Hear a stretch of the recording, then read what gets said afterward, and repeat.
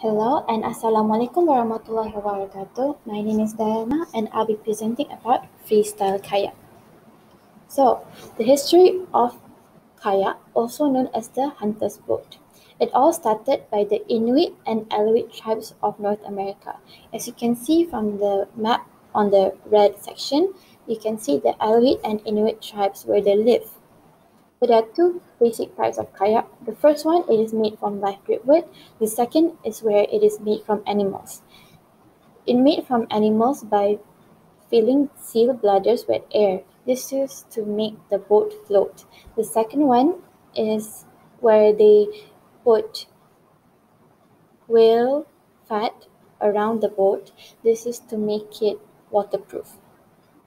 So it's also known as the hunter's boat because due to the stealth nature of the kayak itself, it can creep into prey so that hunters can easily catch their meal. So the where kayak was found first in Europe, it is found in 1932 by Adolf Adler, where he was the first one to kayak down the Salkofen Gorge. From here is where whitewater kayak was formed. So, who discovered freestyle kayak? It is discovered by Norbert Sattler in 1979. As you can see there, that is his picture. So, the origin was made by him at Quebec, Canada. So there are three types of kayak genres. First is the literal, second is derivative, and the third is original. These are the moves allocated to the inventor of the move, such as Tyler Curtis, Cora Edison, Eric Jackson, and many more. So there are components of freestyle kayak. The first component is the freestyle kayak itself. There are four types, such as the K-type, canoe deck C, open canoe OC, squirt. So here you can see the tie hooks, bulkhead, pillar, stern, and bow. The second component is the paddle. We use the whitewater kayak paddle. This is because the paddle has different layers and the pole is bent. This is to prevent and not make the athlete have fatigue in their bodies. So the pole is bent so that athlete can easily use it to perform tricks. The third is the safety equipment such as the life vest, helmet, first aid kits, flotation bag, and safety throw bags. So there are many moves and tricks for freestyle kayak. So these are some of the tricks and the points allocated to it, such as the entry moves, 30 points, and some of the common and popular moves such as the spin, cartwheel, the loop, and air screw. Since the air screw is a bit complex than the other three moves, that's why 140 points is allocated to it. So there are many suitable locations to perform this freestyle kayak. First is the stationary river waters.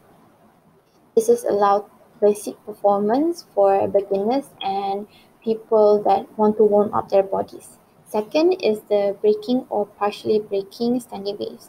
This is where the competition occurred and where athletes can perform their tricks here. So the third one is the swimming pool. This is where beginners, newbies, or first-time kayak people or students that will need to practice for kayak with their coaches. So there are many risks, especially in freestyle kayak. So the first one, the most obvious one, is the muscular discomfort. Muscular discomfort faced by the athlete as they suffer from back pains, shoulder, hips, and many more. Second is the dangerous and unpredictable accidents in water. Flat waters that have sharp rocks or debris inside it, such as sharp glasses, broken shells, and many more. Damage or old equipment, such as the boat itself, it has already been rotten or not frequently polished. It will crack or soon or later damage in like this picture. So there are many preventive measures to avoid these risks. First is general warm up. You have to warm up your body to keep the blood and muscles flow with oxygen, such as athletes can do running, jumping jacks, and many cardiovascular exercises. Second is the balance and strengthening and polymer exercise. This is to improve your joint stability, motor functions. Athletes can do planks, flexi bars, or push-ups. Third is the in-water exercise. So in here, it contains freestyle canoe specific exercise on flat water, such as sprint, sweep strokes, and flat water moves. This is to make the athlete feel comfortable of the cold water and the force of the current. So moving on to kayak rules and safety regulations. First, you have to prepare yourself. You have to prepare yourself physically, mentally, and heartily, emotionally. This is because for the athlete to perform moves, they need to be well prepared. Second is the flotation bags. You must carry and ensure the flotation bag is in very good condition. This is because the flotation bag itself will lessen the amount of water. It will keep the kayak float above water. So next is the PFD, also known as the personal flotation device. This is where kayak and athletes must wear, and this also provide warmth and keep the athlete float above water. So we have come an end to this presentation. Thank you for your attention.